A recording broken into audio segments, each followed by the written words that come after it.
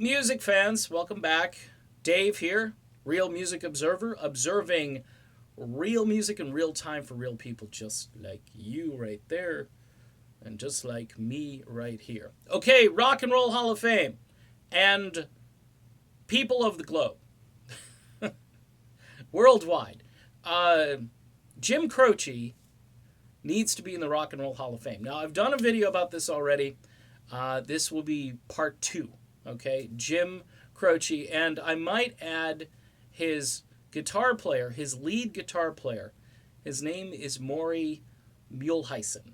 Okay, Maury Muehleisen. He needs to be in the Rock and Roll Hall of Fame with Jim Croce. Now, again, let's just go over what the standard is to be in the Hall of Fame.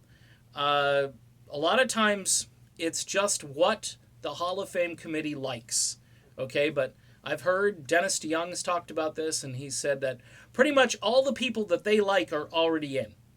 All right? So now it's all the people that we like. Let's just put it out there.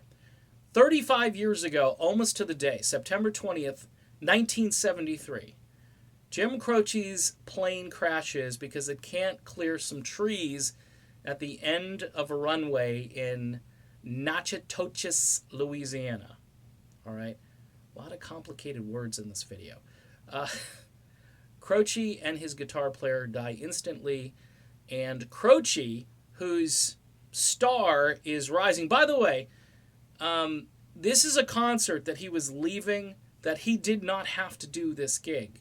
This was a small-time gig booked well in advance before his star began to climb, and he was a man of his word, went out there and did this concert, and apparently blew the doors off the place. He and Maury just killed it that night.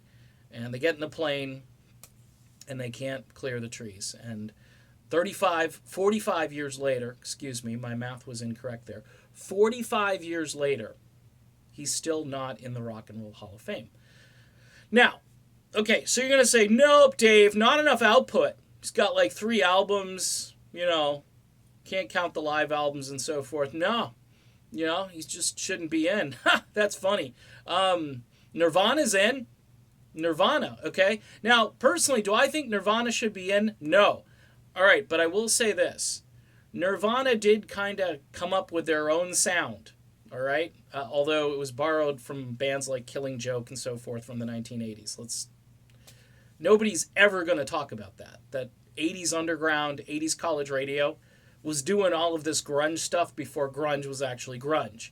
And I like the 80s stuff better because the lyrics weren't quite as depressing as the stuff that came out in the 90s. I'm not saying it's either one of those things is my favorite style of music to listen to, but if you want to make the argument, say, 25 years from when Kurt Cobain left planet Earth.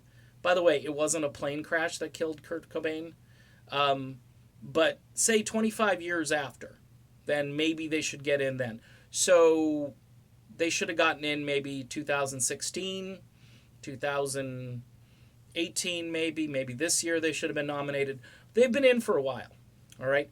Now, Jim Croce, 45 years later, with pretty much the same album output as far as how much music got out there for people to listen to. All right. Again, if you put the concerts in and so forth, Croce was just an electrifying performer, even though he wasn't performing, say, this angst-ridden music. He was writing working-class themes, beautiful, tender love songs, things that, aren't really that popular these days. Croce was a master at writing songs, and this guy, Maury, who died with him, just an insanely good guitar player that didn't get any recognition, and you really have to dig in to his profile and see where he was actually the guy who got Croce to come off the road because Croce was driving a gravel truck for a while. That's true story. And Maury had an album out called Gingerbread, which was reissued. It's kind of some cool folky psychedelic stuff, and you can hear that this guy knows how to play a guitar. He ends up being the lead guitarist for Croce when Croce becomes popular. He also adds some really sweet harmony vocals to most of Croce's music. So, again, both of them should be in the Rock and Roll Hall of Fame.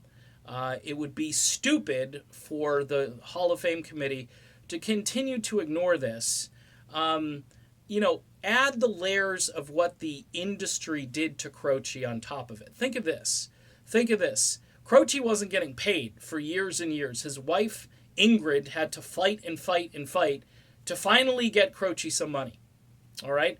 Or at least her, because Croce was gone. So it didn't benefit Jim. Jim never got and never really reaped the financial rewards of his profession. All right? And his wife, I guess, finally got what was due to her.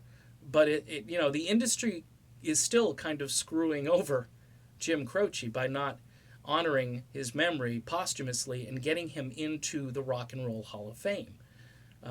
You may not agree. You may not like Jim Croce's music. I do. I think Operator is one of the greatest songs ever recorded. There are a couple of others that are way up there for some folks. Time in a Bottle is just amazing.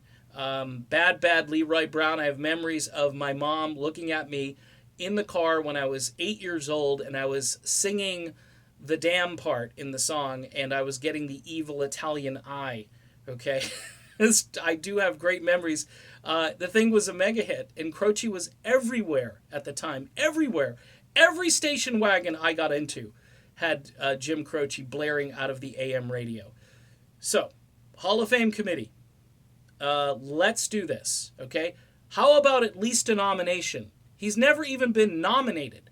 Put it up for popular vote. Just put it up, okay? We're the popular vote. I want to vote. Yeah, I know. There are a lot of bands that should be in, too. Jay Giles should be in. Blue Oyster Cult should be in. You can go down. There's a huge list. Jethro Tull should be in. Foreigner should be in. Styx should be in, at least the Dennis DeYoung version of Styx. And, there's a bunch more, okay? Jim Croce, 45 years, folks. It's been 45 years since that plane went down. It's time to put Jim Croce in the Rock and Roll Hall of Fame. All right, done. Be back soon. See you then.